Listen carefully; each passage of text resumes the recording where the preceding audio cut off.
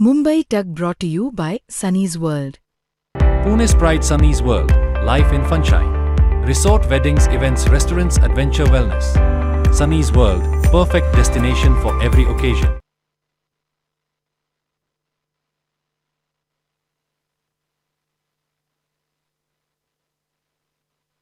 माननीय सभासदों, माननीय अध्यक्ष जी,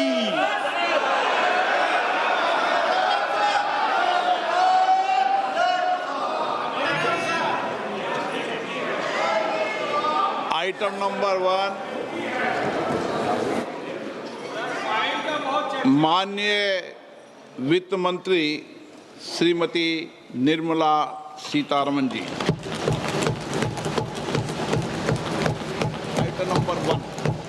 Item number 1. Sir, with your permission, I rise to lay on the table a copy each of the following papers, Hindi and English versions, under Article 281 of the Constitution, Report for 2026 to 2031, Volume 1, Main Report of the 16th Finance Commission. 2. Report for 2026-2031, Volume 2, Annexures of the 16th Finance Commission. Number 3, explanatory memorandum as to the action taken on the recommendations contained in the above report. Item number 2, माननीय वित्त मंत्री निर्मला सीतारमन जी।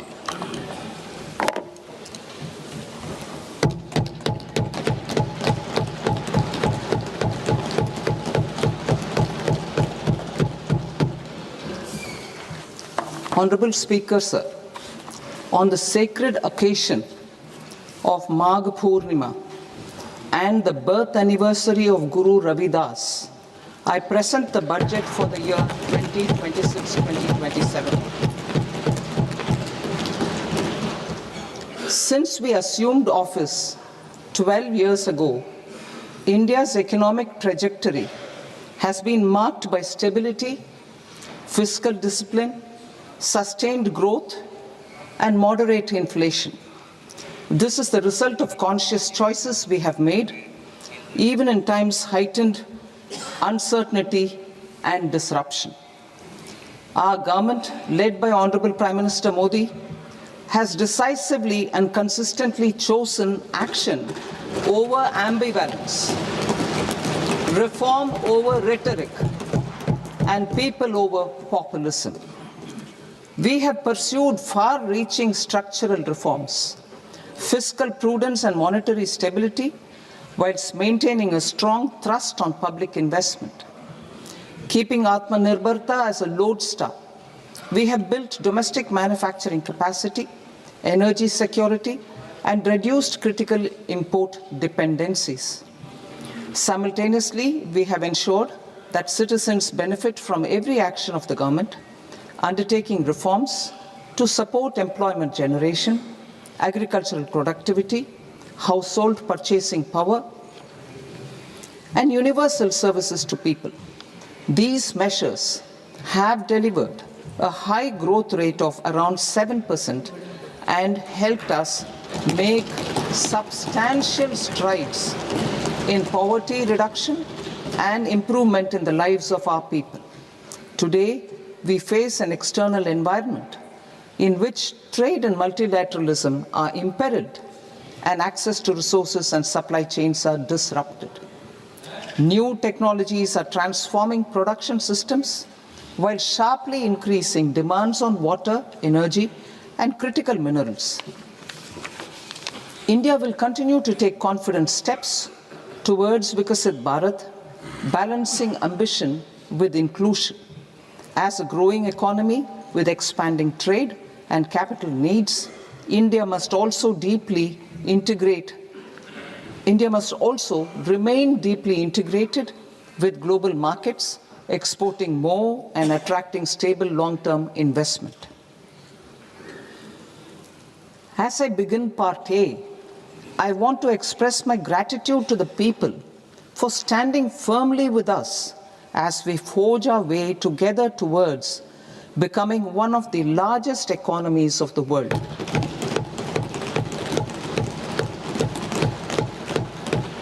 Our aim is to transform aspiration into achievement and potential into performance as we ensure that the dividends of growth reach every farmer, the scheduled caste, the scheduled tribes, the nomads, the youth, the poor, and the women.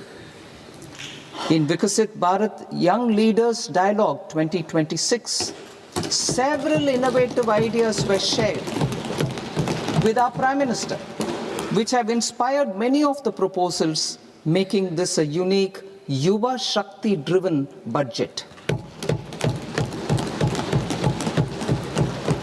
Our government's sankalp is to focus on our poor, underprivileged, and the disadvantaged.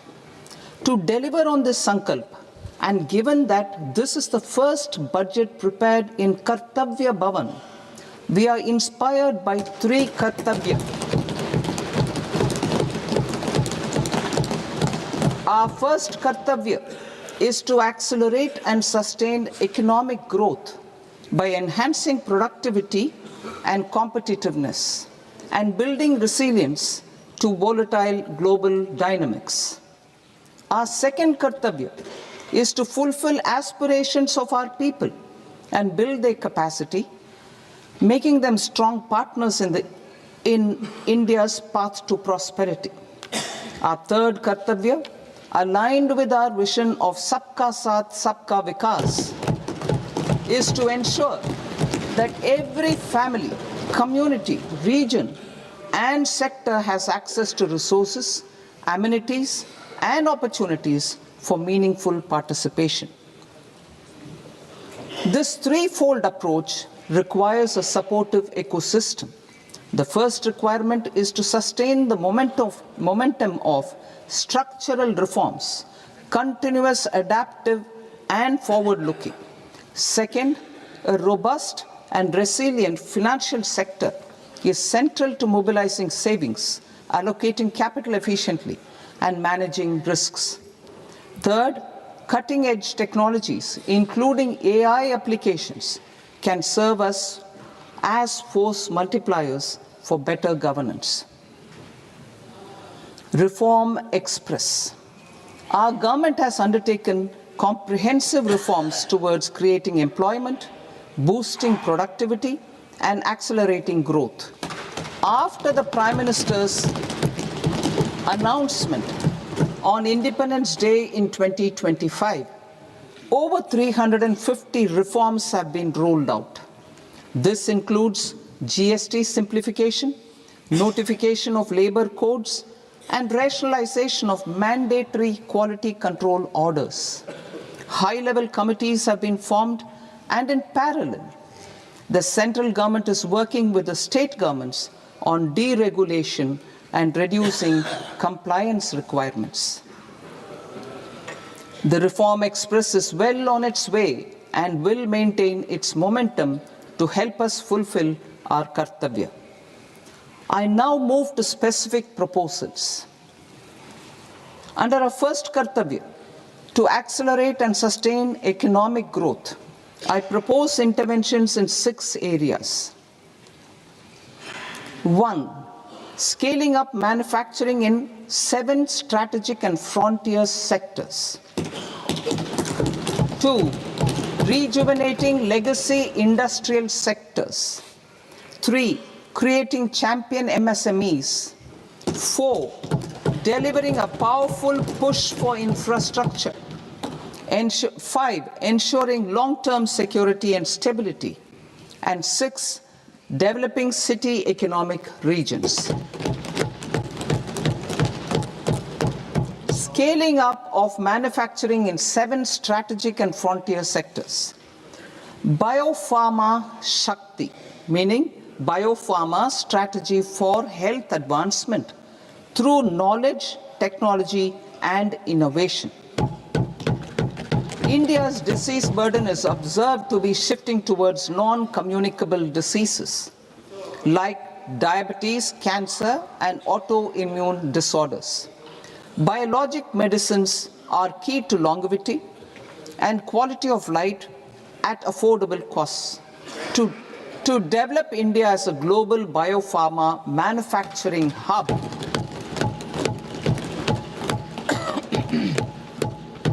I propose the Biopharma Shakti with an outlay of 10,000 crores over the next 5 years.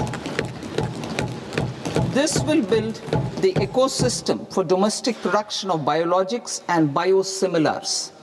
The strategy will include a biopharma-focused network with 3 new national institutes of pharmaceutical education and research, popularly known as NIPERs, and upgrading 7 existing ones. It will also create a network of 1,000 accredited India clinical trials sites. We propose to strengthen the Central Drug Standard Control Organization to meet global standards and approve timeframes through approval timeframes through a dedicated scientific review cadre and specialists.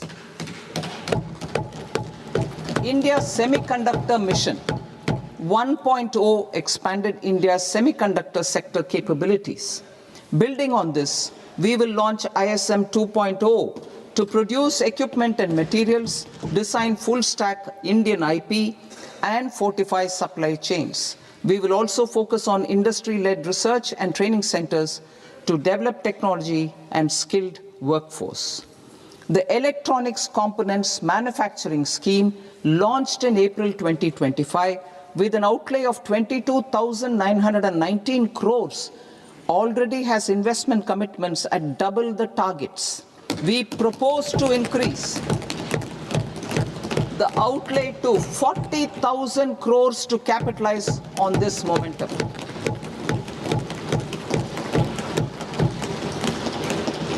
A scheme for rare earth permanent magnets was launched in 2025 November. We now propose to support the mineral-rich states of Odisha, Kerala, Andhra Pradesh, and Tamil Nadu to establish dedicated rare earth corridors to promote mining, processing, research, and manufacturing. To enhance domestic chemical production and reduce import dependency, we will launch a scheme to support states in establishing 3 dedicated chemical parks through challenge route on a cluster-based plug-and-play model. Strong capital goods.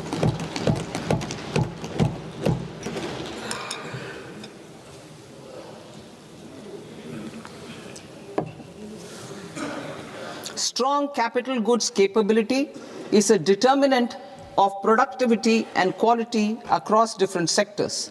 Towards building this capacity, I propose the following.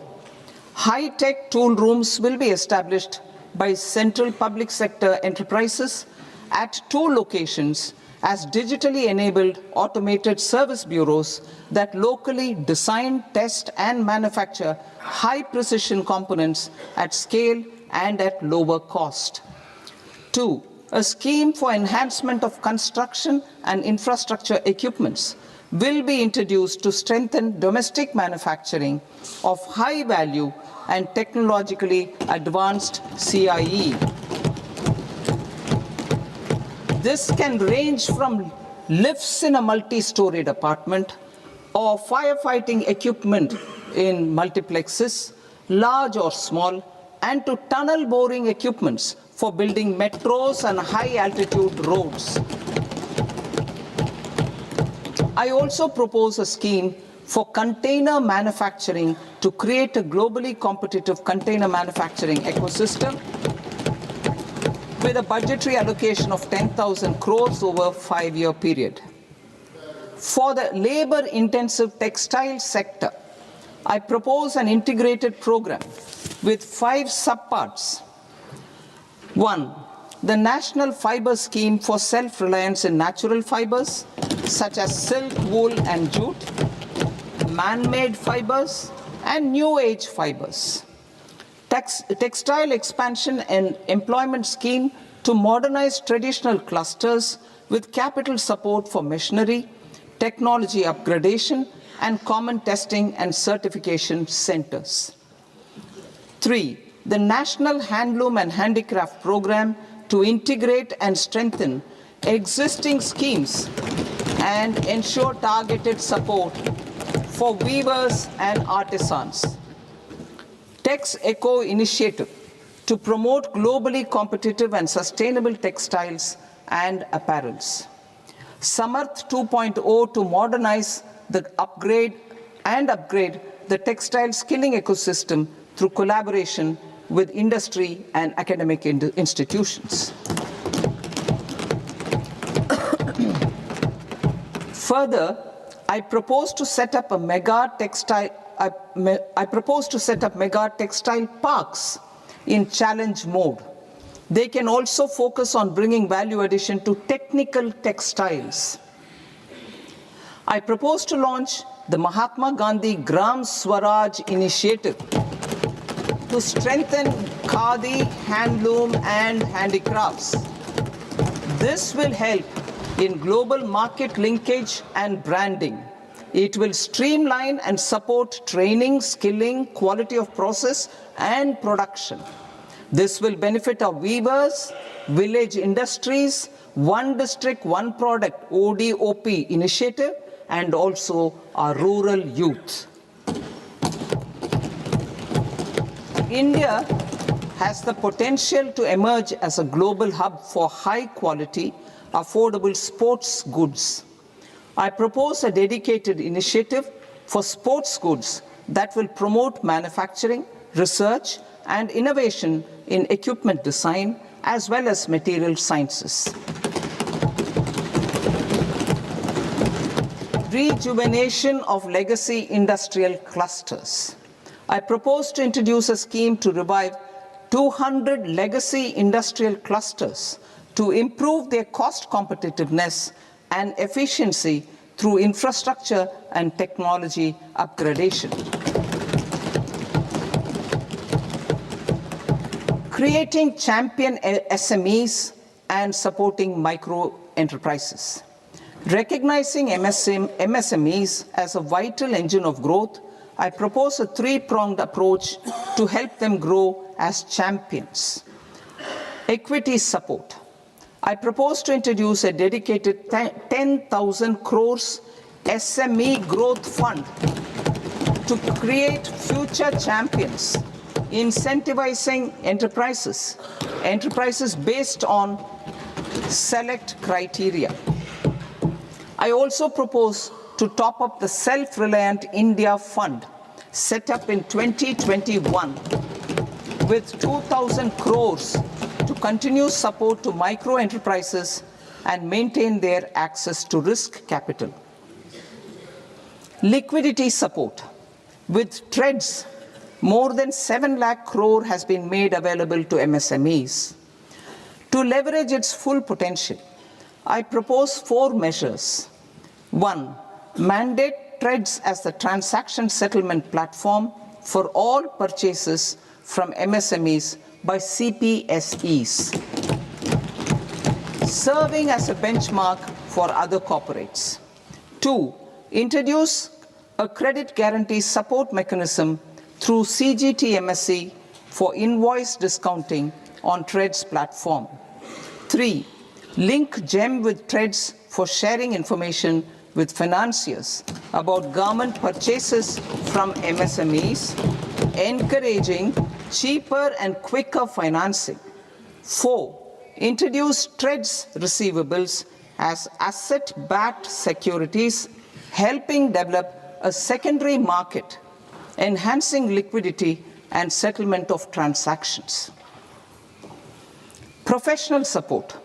Government will facilitate professional institutions such as the ICAI, ICSI, ICMAI to design short-term modular courses and practical tools to develop a cadre of corporate mitras, especially in Tier 2 and Tier 3 towns. These accredited para-professionals will help MSMEs meet compliance requirements at affordable costs. Infrastructure.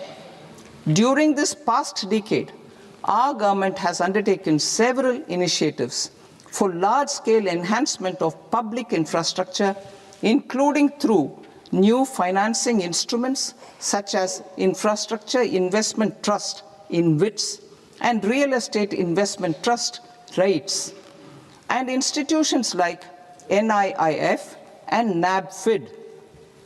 We shall continue to focus on developing infrastructure in cities with over 5 lakh population, that is Tier 2, Tier 3 cities, which have expanded to become growth centers.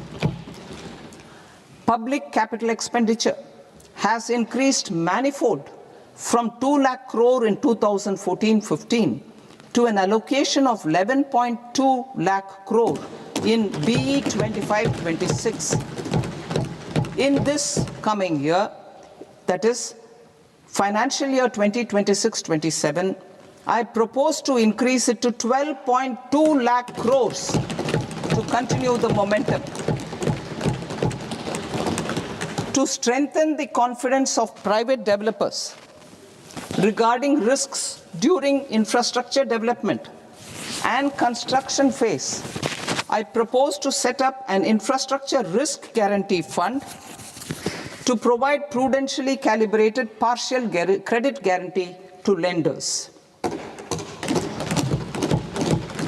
Over the years, REITs have emerged as a successful instrument for asset monetization. I propose to accelerate recycling of significant real estate assets of the CPSEs through the setting up of dedicated REITs.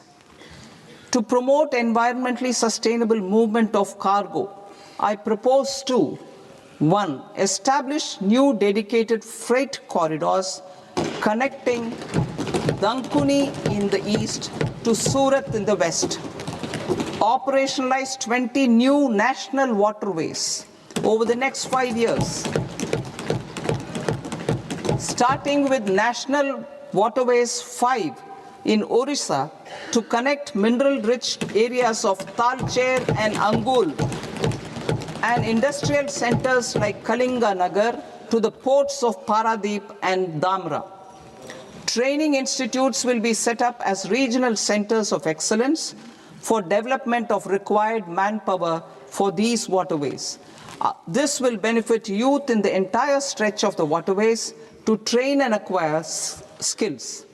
Further, a ship repair ecosystem catering to inland waterways will also be set up at Varanasi and Patna. And C, launch a coastal cargo promotion scheme for incentivizing a modal shift from rail to road to increase the share of inland waterways and coastal shipping from 6% to 12% by 2047.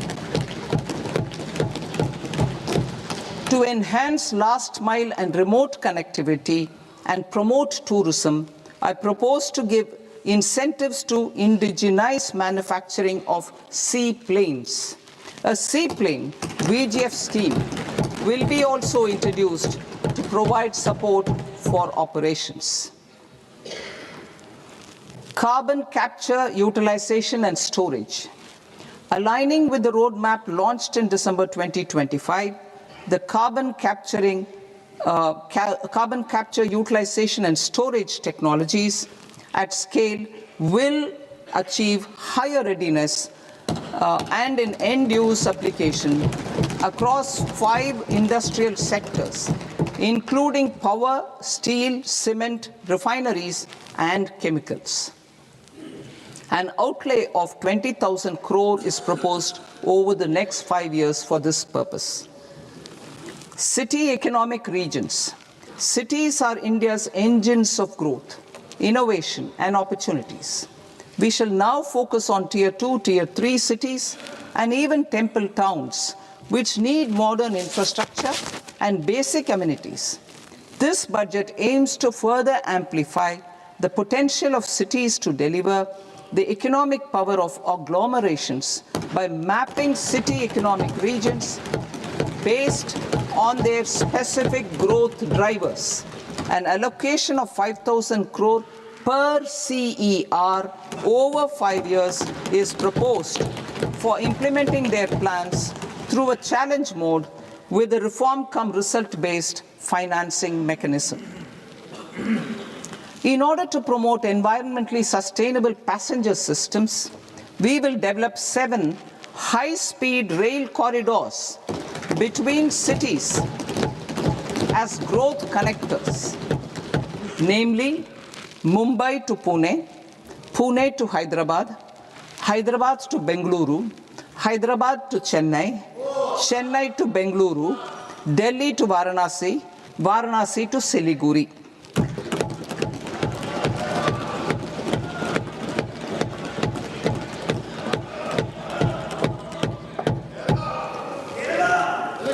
Financial sector. The Indian banking sector today is characterized by strong balance sheet, historic highs in profitability, improved asset quality, and coverage exceeding 98% of villages in the country. At this juncture, we are well placed to futuristically evaluate the measures needed to continue on the path of reform-led growth of this sector. I propose setting up a high-level committee on banking for Vikasit Bharat. High-level committee on banking for Vikasit Bharat to comprehensively review the sector and align it with India's next phase of growth, while safeguarding financial stability, inclusion, and consumer protection. The vision for NBFCs for Vikasit Bharat has been outlined with clear targets for credit disbursement and technology adoption in order to achieve scale and improve efficiency in the public sector NBFCs. As a first step, it is proposed to restructure the Power Finance Corporation and Rural Electrification Corporation. I propose a comprehensive review of the foreign exchange management non-debt instruments rules to create a more contemporary, user-friendly framework for foreign investments consistent with India's evolving economic priorities. Corporate bond market. I propose to introduce a market-making framework with suitable access to funds and derivatives on corporate bond indices. I also propose to introduce total return swaps on corporate bonds. Municipal bonds. To encourage the issuance of municipal bonds of higher value by larger cities, I propose an incentive of 100 crore rupees for a single bond issuance. 100 crore rupees for a single bond issuance of more than 1,000 crore. The current scheme under Amrit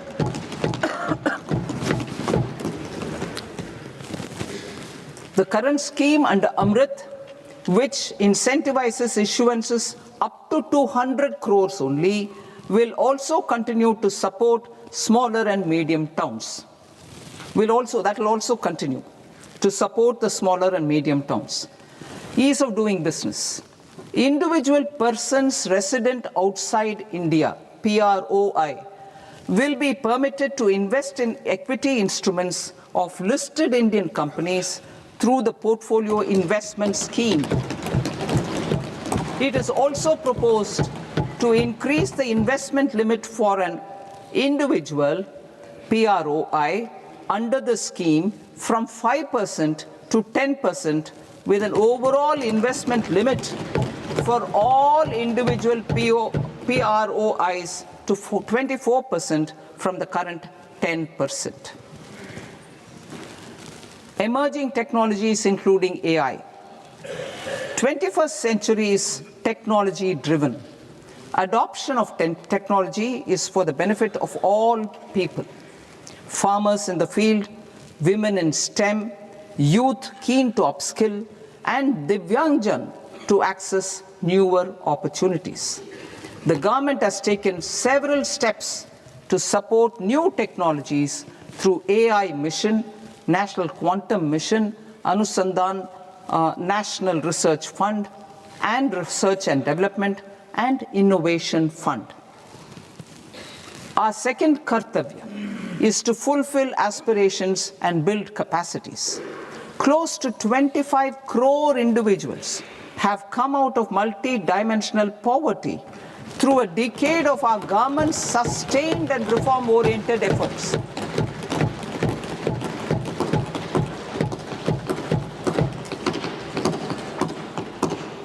Our government has therefore decided to place a renewed emphasis on the service sector to provide a pathway to fulfilling aspirations of a youthful India with the following measures. I propose to set up a high-powered Education to Employment and Enterprises Standing Committee to recommend measures that focus on services sector as a core driver of Vikasit Bharat. This will make us a global leader in services with a 10% global share by 2047. The committee will prioritize areas to optimize the potential for growth, employment, and exports. They will also assess the impact of emerging technologies, including AI, on jobs and skill requirements and propose measures thereof. To create a range of skilled career pathways, a new range of skilled career pathways for our youth, I propose interventions in the following sectors. Health. Existing institutions for allied health professionals will be upgraded and new AHP institutions established in private and government sectors. This will cover 10 selected disciplines, including optometry, radiology, anesthesia, OT technology, applied psychology, and behavioral health, and add 1 lakh AHPs over the next 5 years. A strong care system covering geriatric and allied care services will be built. A variety of NSQF-aligned programs will be developed to train multi-skilled caregivers, combining core care and allied skills such as wellness, yoga, and operation of medical assistive devices. In the coming year, 1.5 lakh caregivers will be trained.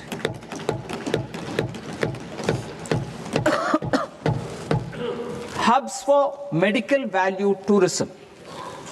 To promote India as a hub for medical tourism services, I propose to launch a scheme to support states in establishing 5 regional medical hubs in partnership with the private sector. These hubs will serve as integrated healthcare complexes that combine medical, educational, and research facilities. They will have Ayush centers, medical value tourism facilitation centers, and infrastructure for diagnostics, post-care, and rehabilitation. These hubs will provide diverse opportunities, job opportunities for health professionals, including doctors and AHPs. Ancient Indian yoga, already respected in several parts of the world, was given a mass global recognition when Honorable Prime Minister took it to the UN. Post-COVID, Ayurveda gained a similar global acceptance and recognition.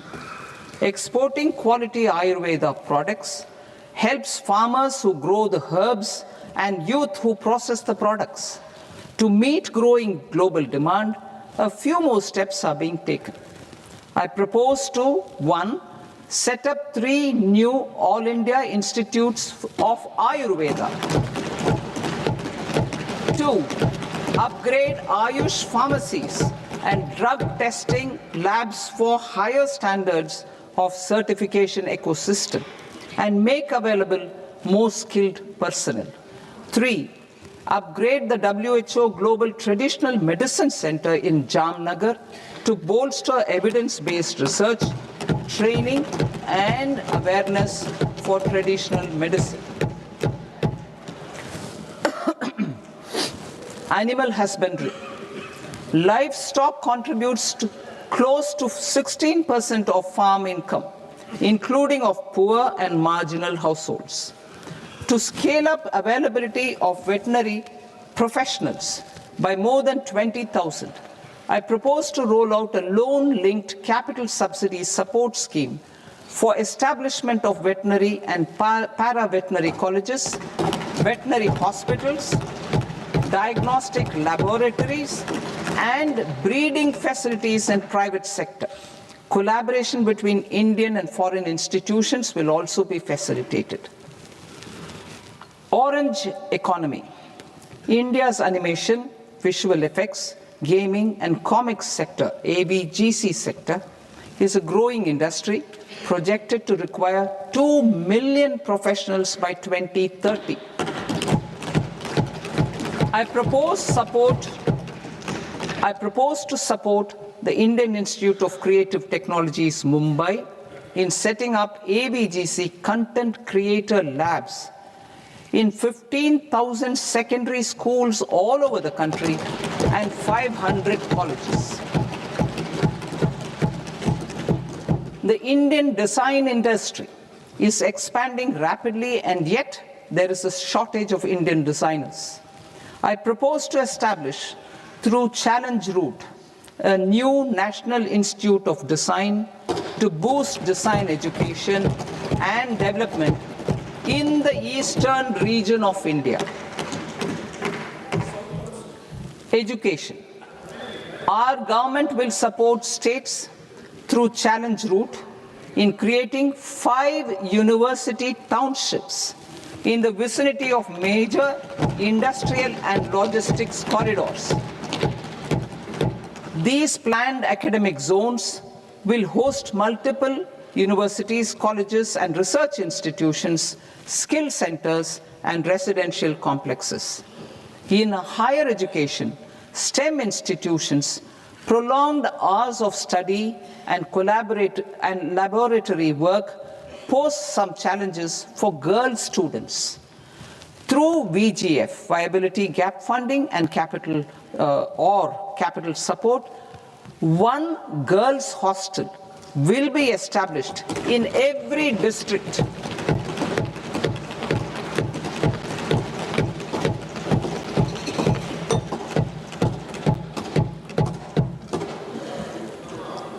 To promote astrophysics and astronomy via immersive experiences. 4 telescope infrastructure facilities will be set up or upgraded. The National Large Solar Telescope, the National Large Optical Infrared Telescope, the Himalayan Chandra Telescope, and the Cosmos 2 Planetarium. Tourism. The tourism sector has the potential to play a large role in the employment generation, forex earnings, and expanding the local economy. I propose to set up a National Institute of Hospitality by upgrading the existing National Council for Hotel Management and Catering Technology. It will function as a bridge between academia, industry, and government. I also propose a pilot scheme for upskilling 10,000 guides in 20 iconic tourist sites through a standardized, high-quality, 12-week training course in hybrid mode in collaboration with the Indian Institute of Management.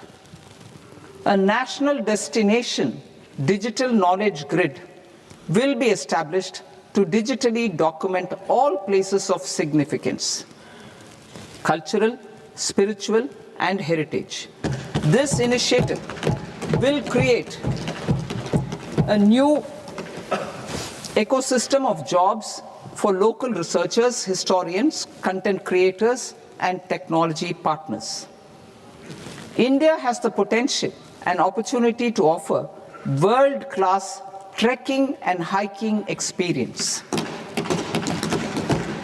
We will develop ecologically sustainable mountain trails in Himachal Pradesh, Uttarakhand, and Jammu Kashmir. Also in Araku Valley in the Eastern Ghats and Podigai Malai in the Western Ghats.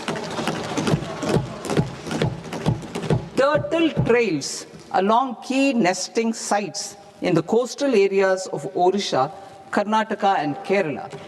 And 3, bird watching trails along the Pulikat Lake in Andhra Pradesh, Tamil Nadu. It's on the border.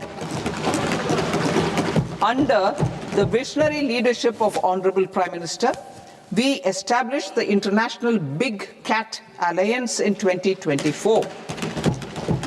This year, India is hosting the first ever Global Big Cat Summit, where heads of governments and ministers from 95 range countries will deliberate on collective strategies for conservation. Heritage and culture tourism.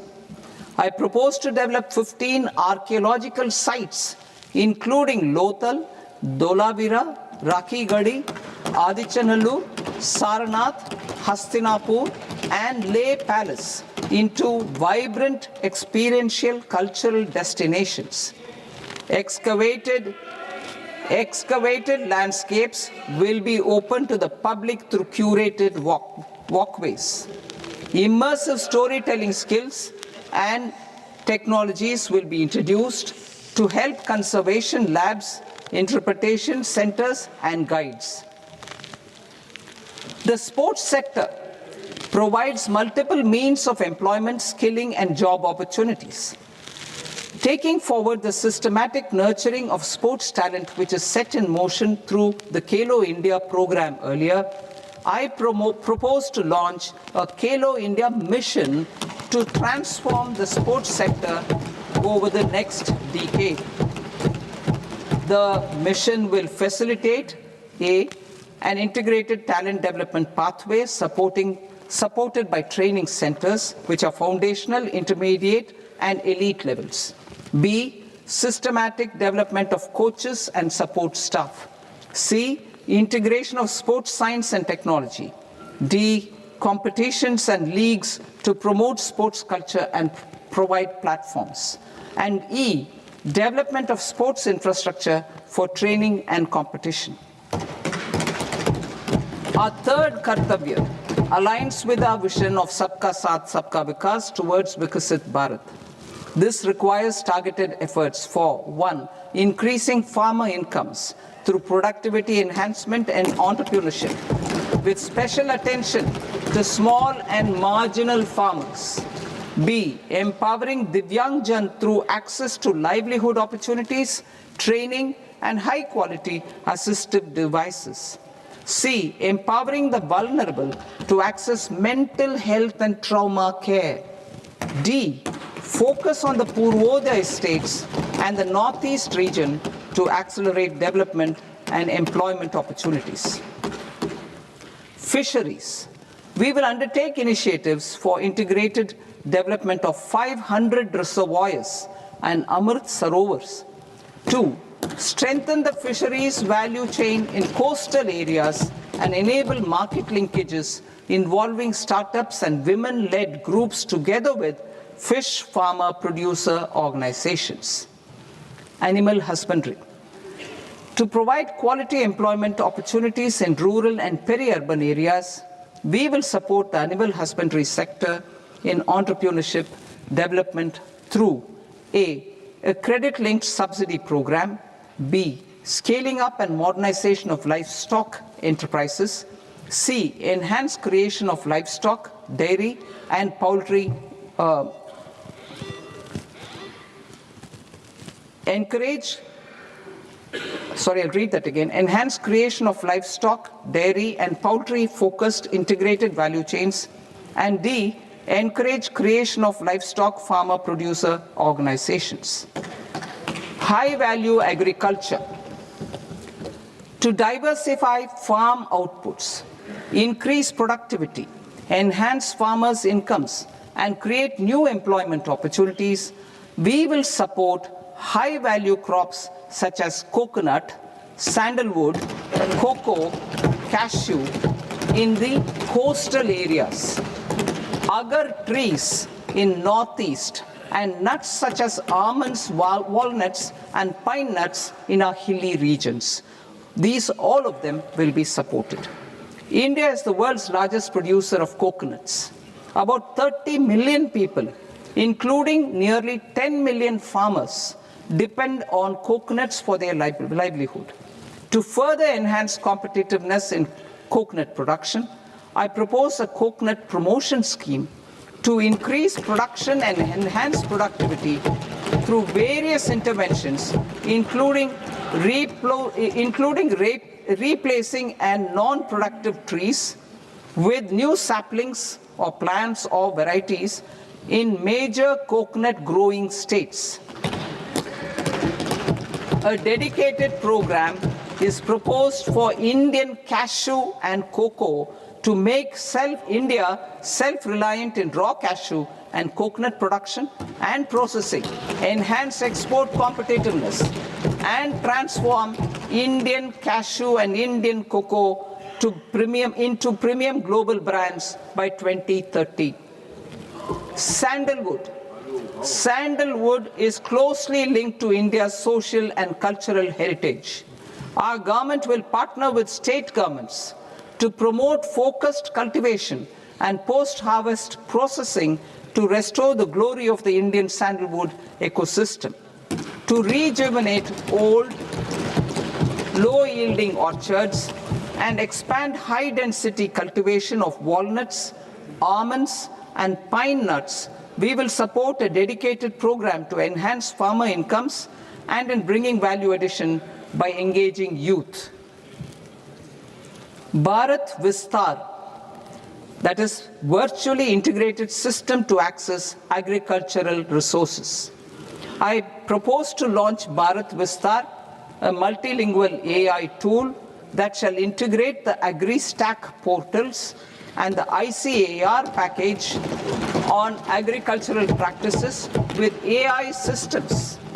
This will enhance farm productivity, enable better decisions for farmers, and reduce risk by providing customized advisory support.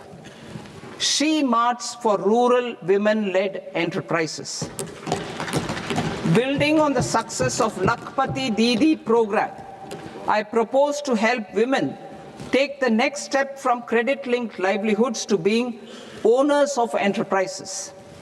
Self-help entrepreneur, She Marts will be set up as community-owned retail outlets within the cluster-level federations through enhanced and innovative financing instruments. Empowering Divyangjan. Divyangjan Kaushal Yojana. Information technology, AVGC sectors, hospitality and food and beverages sectors often offer task-oriented and process-driven roles which are suitable for Divyangjan.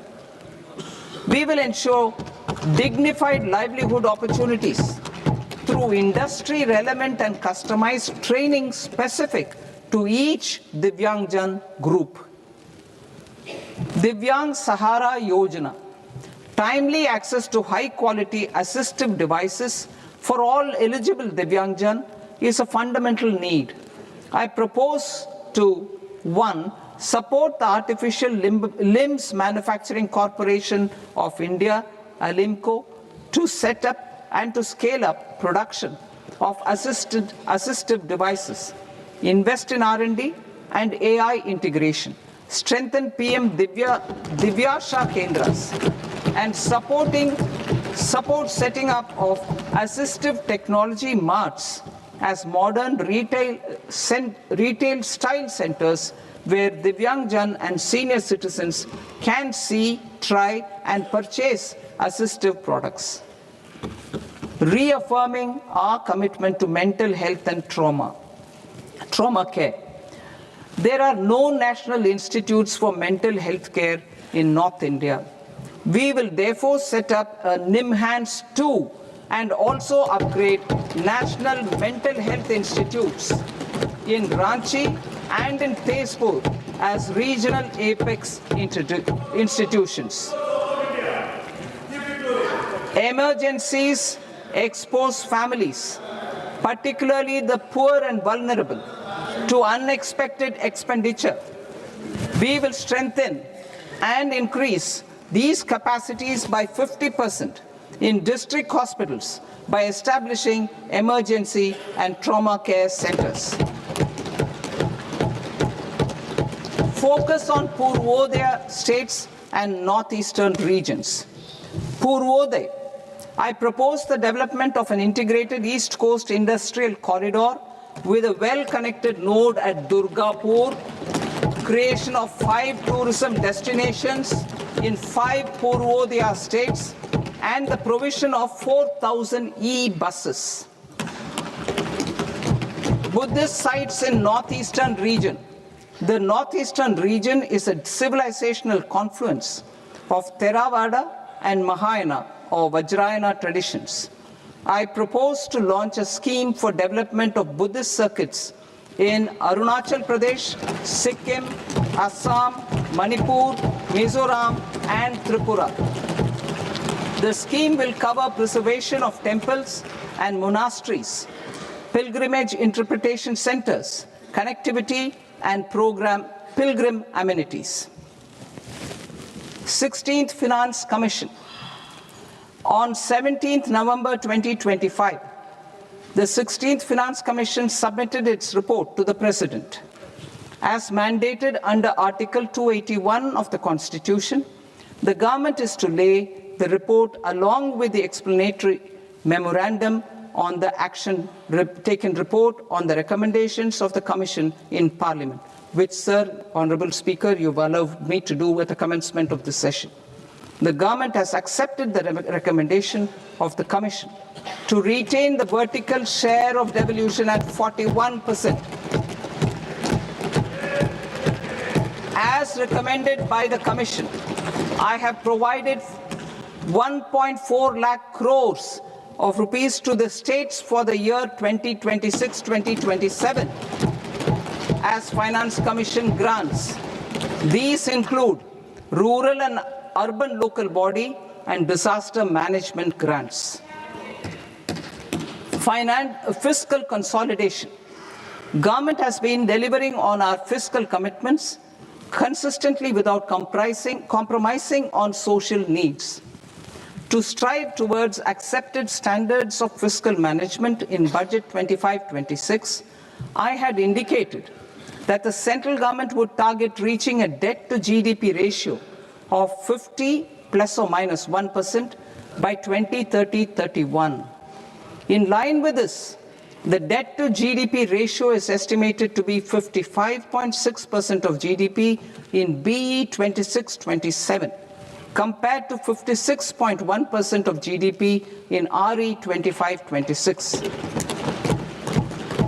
A declining debt to GDP ratio will gradually free up resources for priority sector lending and expenditure by reducing the outgo on interest payments. One of the main operational instruments for debt targeting is the fiscal deficit. I am happy to inform this august House that I fulfilled my commitment made in 2021-2022 to reduce fiscal deficit below 4.5% of GDP by 25-26. In RE 25-26, the fiscal deficit has been estimated at par with BE of 2025-26 at 4.4% of GDP. In line with the new fiscal prudence path of debt consolidation, the fiscal deficit in BE 26-27 is estimated to be 4.3% of the GDP.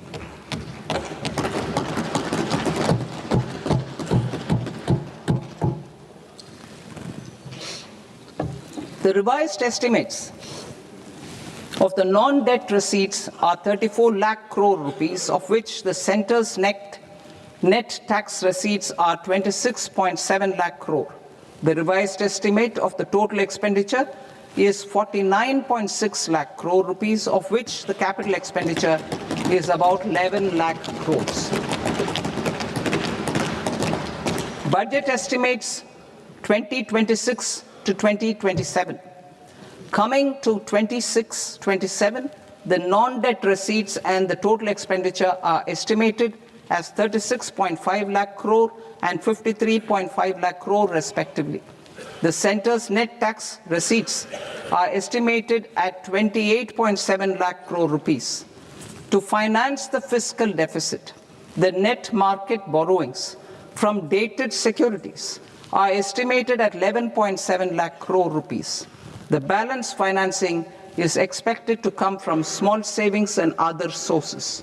The gross market borrowings are estimated at 17.2 lakh crore rupees. I'll now move to Part B. Part B, direct taxes.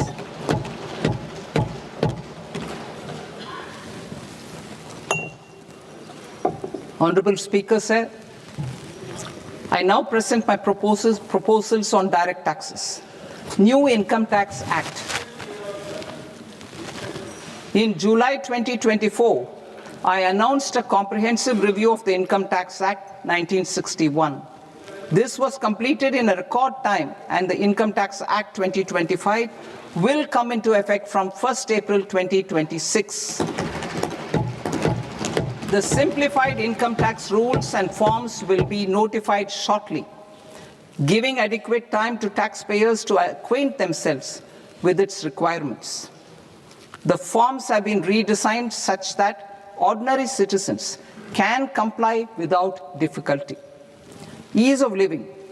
I propose that any interest awarded by the Motor Accident Claims Tribunal to a natural person will be exempt from income tax, and any TDS on this account will be done away with. I propose to reduce TCS rate on the sale of overseas tour program package from the current 5% and 20% to 2% without any stipulation of amount. I propose to reduce TCS rate for pursuing education and for medical purposes under the Liberalized Remittance Scheme, popularly known as LRS, from 5% to 2%.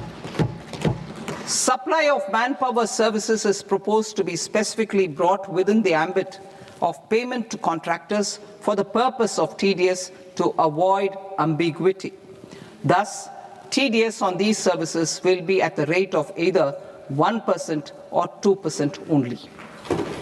I propose a scheme for small taxpayers, wherein a rule-based automated process will enable obtaining a lower or nil deduction certificate instead of filing an application with the assessing officer. For the ease of taxpayer holding securities in multiple companies, I propose to enable depositories to accept Form 15G or Form 15H from the investor and provide it directly to various relevant companies. I propose to extend time available for revising returns from 31st December to up to 31st March with the payment of a nominal fee. I also propose to stagger the timeline for filing of tax returns. Individuals with ITR 1 and ITR 2 returns will continue to file till 31st July, and non-audit business cases or trusts are proposed to be allowed time till 31st August. TDS on sale of immovable property by a non-resident is proposed to be deducted and deposited through resident buyers and his or her PAN-based challan instead of requiring a TAN, which is a temporary accounting number. to address practical issues of small taxpayers like students, young professionals, tech employees, relocated NRIs, and such others, I propose to introduce a one-time 6-month foreign asset disclosure scheme for these taxpayers to disclose income or assets below a certain size. This scheme would be applicable for two categories of taxpayers, namely A, who did not disclose their overseas income or assets, and B, who disclosed their overseas income and or paid due tax but could not declare the asset acquired. For category A, the limit of undisclosed income or asset is proposed to be up to 1 crore rupees. They need to pay 30% of fair market value of asset or 30% of undisclosed income as tax and 30% as additional income tax in lieu of penalty and would thereby get immunity from prosecution. For category B, asset value is proposed to be up to 5 crore rupees. Here, immunity from both penalty and prosecution will be available with a payment of fee of 1 lakh rupees. Rationalizing penalty and prosecution. Multiplicity of proceedings are hindrance to the ease of doing business. I propose to integrate assessment and penalty proceedings by way of a common order for both. There will be no interest liability on the taxpayer on the penalty amount for the period of appeal before the first appellate authority, irrespective of the outcome of appeal process. Further, quantum of prepayment is being reduced from 20% to 10% and will continue to be calculated only on core tax demand. As an additional measure for reducing litigation, I propose to allow taxpayers to update their returns even after reassessment proceedings have been initiated and an additional 10% tax rate over and above the rate applicable for the relevant year. The assessing officer will then use only this updated return in his proceedings. There is already a framework for immunity from penalty and prosecution in the cases of underreporting. I propose to apply this framework for immunity to misreporting too. However, in such a case, the taxpayer will need to pay 100% of the tax amount as an additional income tax over and above the tax and interest due. Penalties for certain technical defaults, such as failure to get accounts audited, non-furnishing of transfer pricing audit report, and default in furnishing statement for financial transactions are proposed to be converted into fee.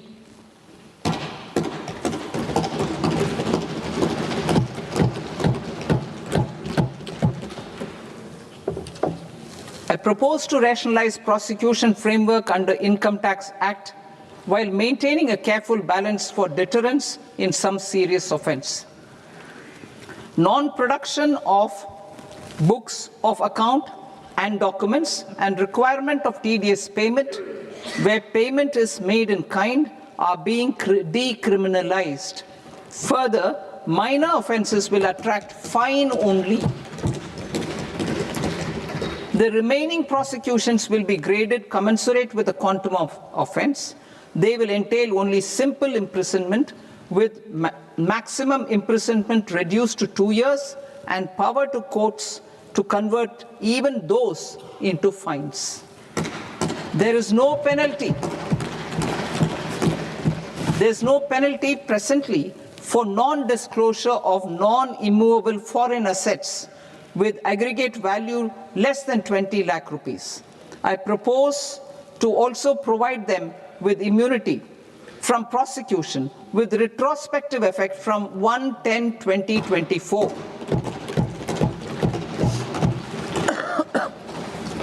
Cooperatives. Deduction is already allowed to a primary cooperative society engaged in supplying milk, oilseeds, fruits or vegetables raised or grown by its members. I propose to extend this deduction to also include supply of cattle feed and cotton seed produced by its members. I propose to allow inter-cooperative society dividend income as deduction under the new tax regime to the extent it is further distributed to its members. I further propose to allow exemption for a period of 3 years to dividend income received by a notified national cooperative federation on their investments made in companies up to 31/1/2026.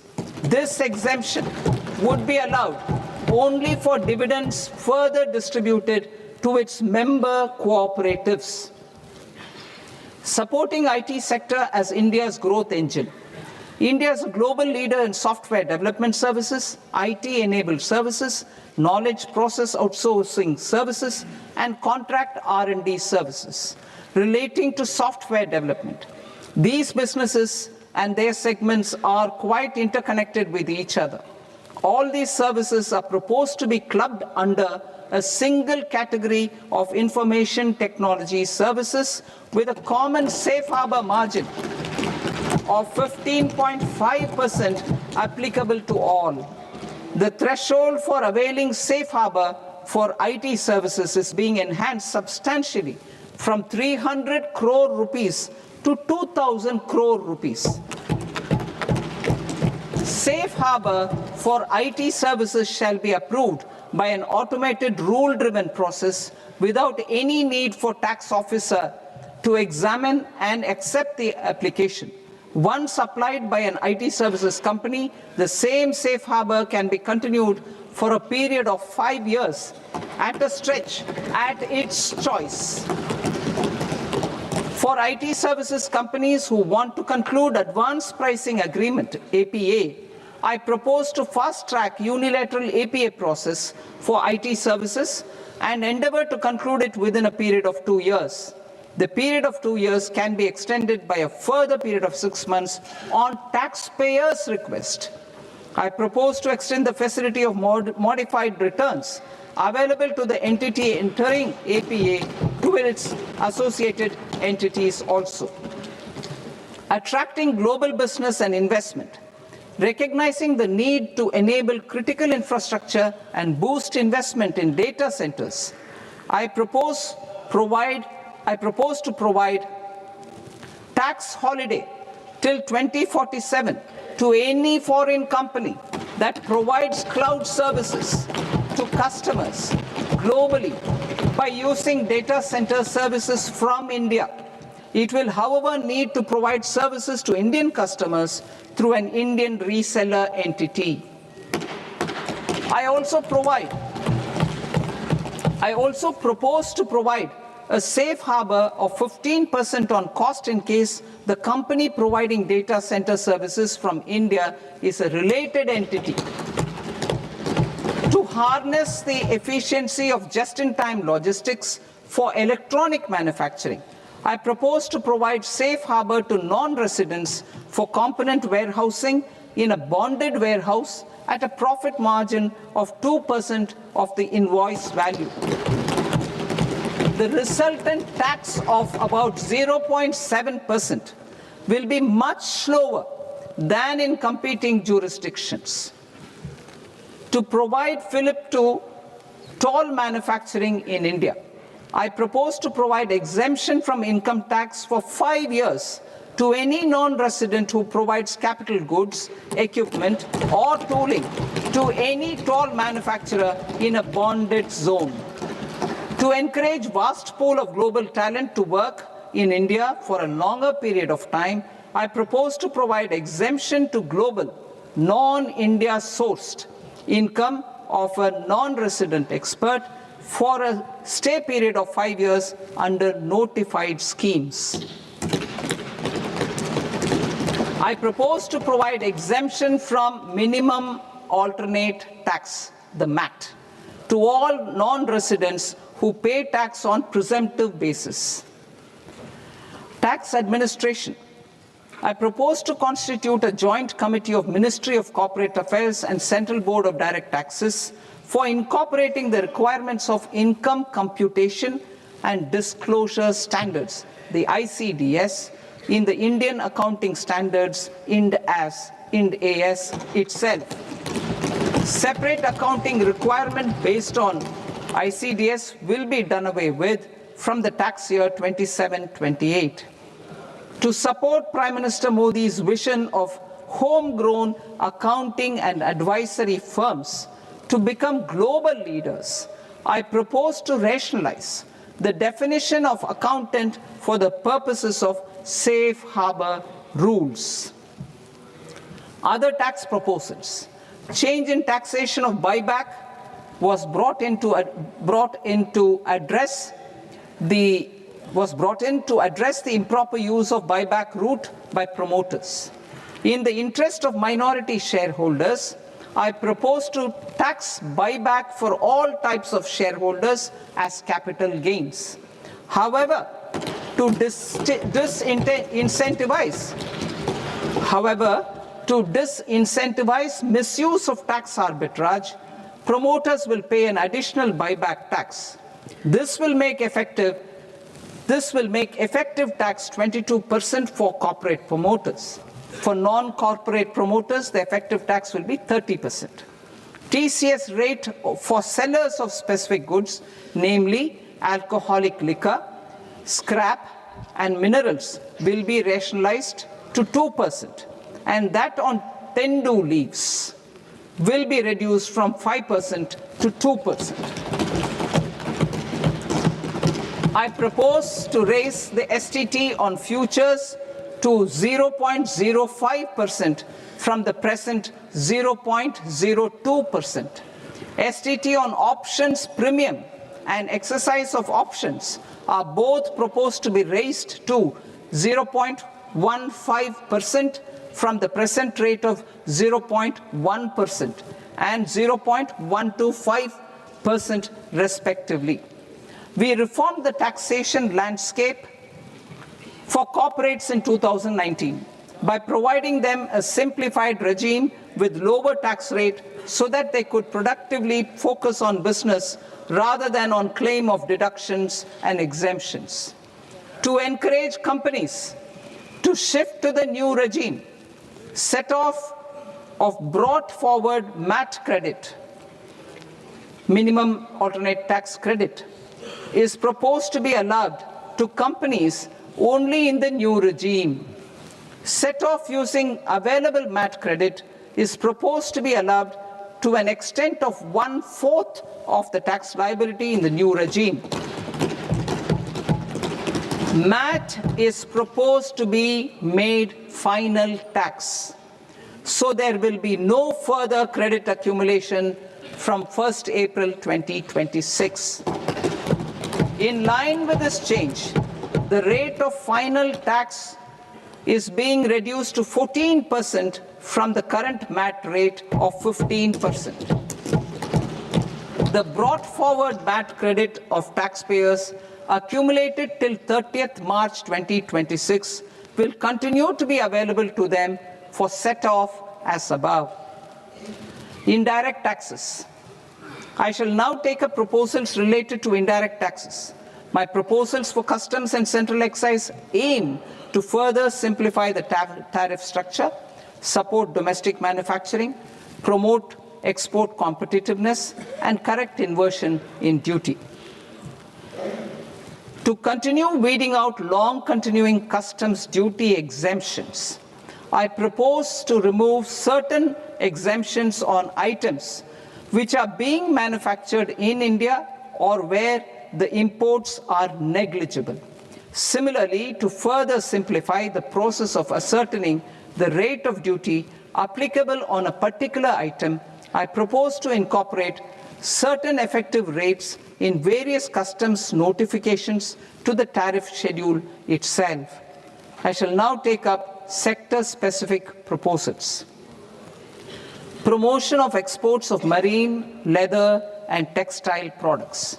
I propose to increase the limit for duty-free imports of specified inputs used for processing seafoods for export from the current 1% to 3% of FOB value of the previous year's export turnover. I also propose to allow duty-free imports of specified inputs, which is currently available for exports of leather or synthetic footwear, to exports of shoe uppers as well. I propose to extend the time period for export of final product from the existing 6 months to 1 year for exporters of leather or textile garments, leather or synthetic footwear, and other leather products. Energy transition and security. I propose to extend the basic customs duty exemption given to capital goods used for manufacturing lithium-ion cells for batteries to those used for manufacturing lithium-ion cells for battery energy storage systems also. I propose to exempt basic customs duty on import of sodium antimonate for use in manufacture of solar glass. Nuclear power. I propose to extend the existing basic customs duty exemption on imports of goods required for nuclear power projects till the year 2035 and expand it for all nuclear plants irrespective of their capacity. Critical minerals. It is proposed to provide basic customs duty exemption to the import of capital goods required for the processing of critical minerals in India. Biogas blended CNG.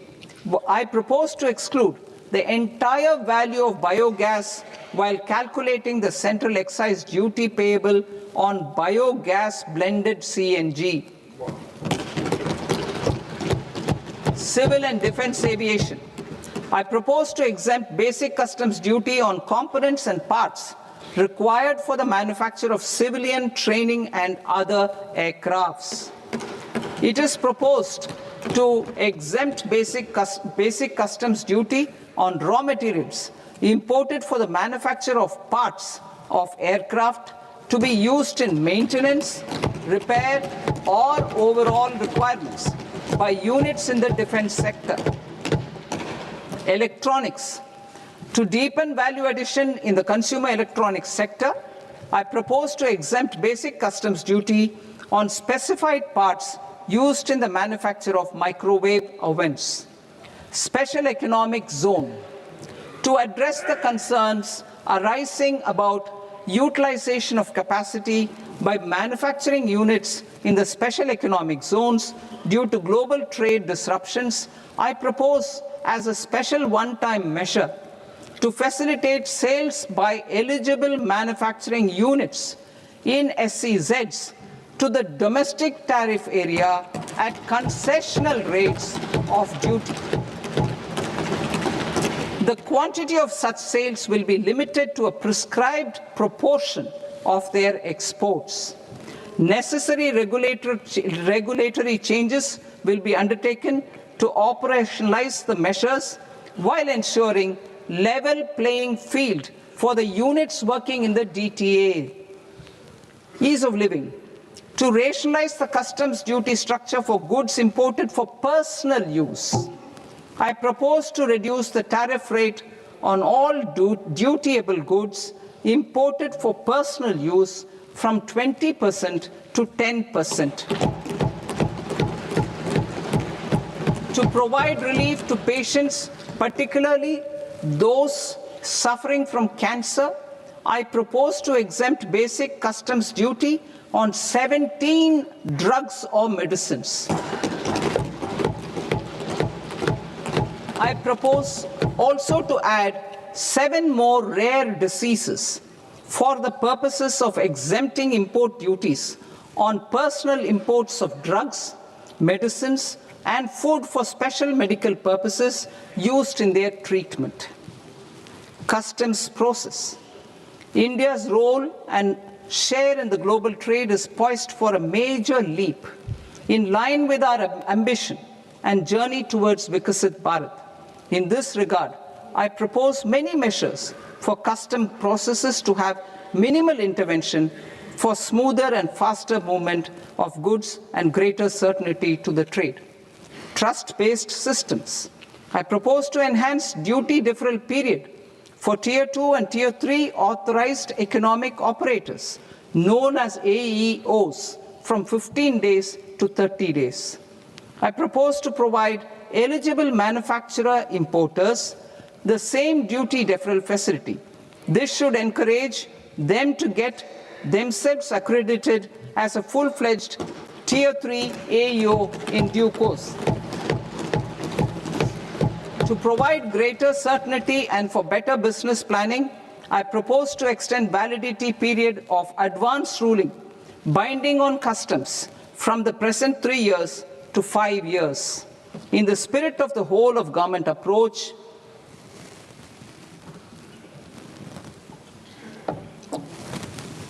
government agencies will be encouraged to leverage AEO accreditation for preferential treatment in clearing their cargo. Regular importers with trusted, long-standing supply chains will be recognized in the risk system so that the need for verification of their cargo every time can be minimized. Export cargo using electronic sealing. Export cargo using electronic sealing will be provided through clearance from the factory premises to the ship. For import of goods not needing any compliance, filing of bill of entry by a trusted importer and arrival of goods will automatically notify customs for completing their clearance formalities. This will enable goods to be released immediately on arrival. The customs warehouse framework will be transformed into a warehouse operator-centric system with a self-declarations, electronic tracking, and risk-based audit.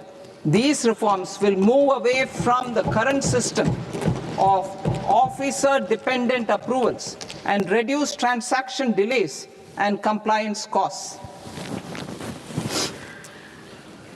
Ease of doing business.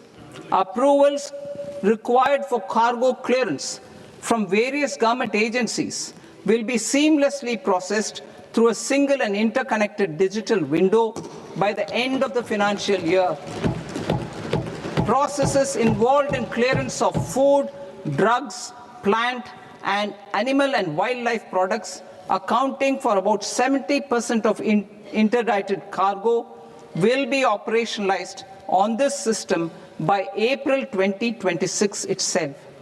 For goods not having any compliance requirement, clearance will be done by customs immediately after online registration is completed by the importer, subject to the payment of duty. Customs integrated system will be rolled out in 2 years as a single integrated and scalable platform for all customs processes.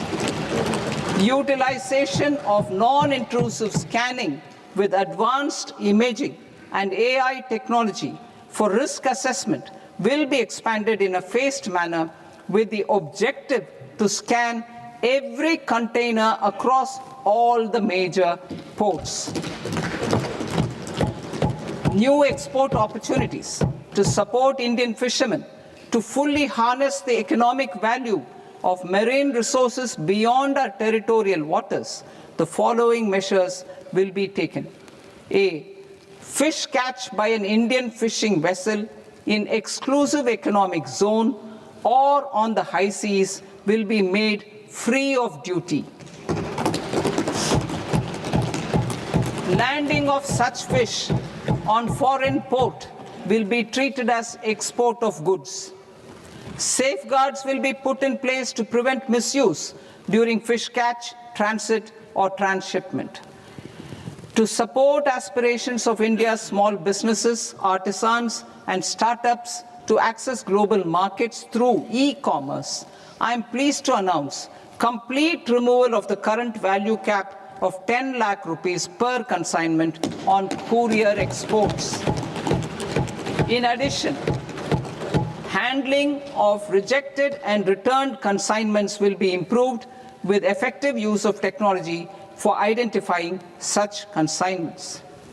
I propose to revise provisions governing baggage clearance during international travel to address genuine concerns of passengers.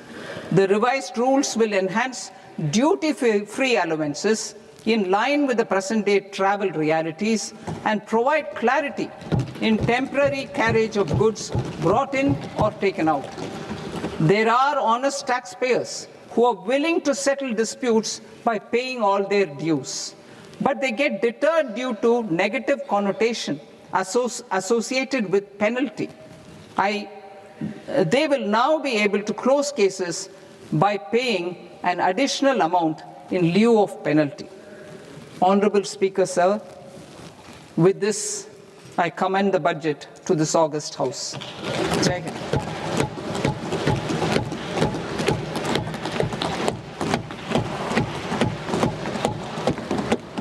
One and a half hours. Item number 3 माननीय वित्त मंत्री जी।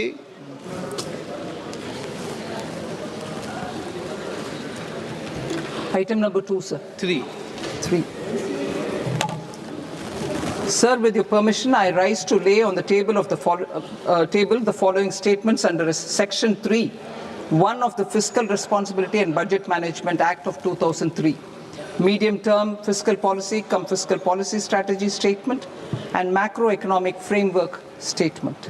Item number 4 माननीय वित्त मंत्री जी। Sir, with your permission, I move for leave to introduce the Finance Bill 2026. प्रश्न ये कि विधेयक को पुनर्स्थापित करने की अनुमति प्रदान की जाए। जो सदस्य इस पक्ष में हाँ गए, जो सदस्य विरोध में ना गए, मेरे विचार में निर्णय हाँ वालों के पक्ष में हाँ वालों के पक्ष में अनुमति प्रदान की जाती है। माननीय मंत्री जी, अब विधेयक पूरे स्थापित करें। Sir, I introduce the bill. माननीय सदस्यगण, आपको सूचित किया जाता है कि माननीय वित्त मंत्री जी के बजट भाषण की कॉपी पब्लिकेशन काउंटर पर ली जाती है। बजट भाषण और बजट से संबंधित दस्तावेज आपके मोबाइल फोन और मेंबर पोर्टल्स पर ही उपलब्ध है। सभा की कार्रवाई कल सोमवार दिनांक 2 फरवरी 2026 को प्राप्त 11 बजे तक के लिए स्थगित की जाती है।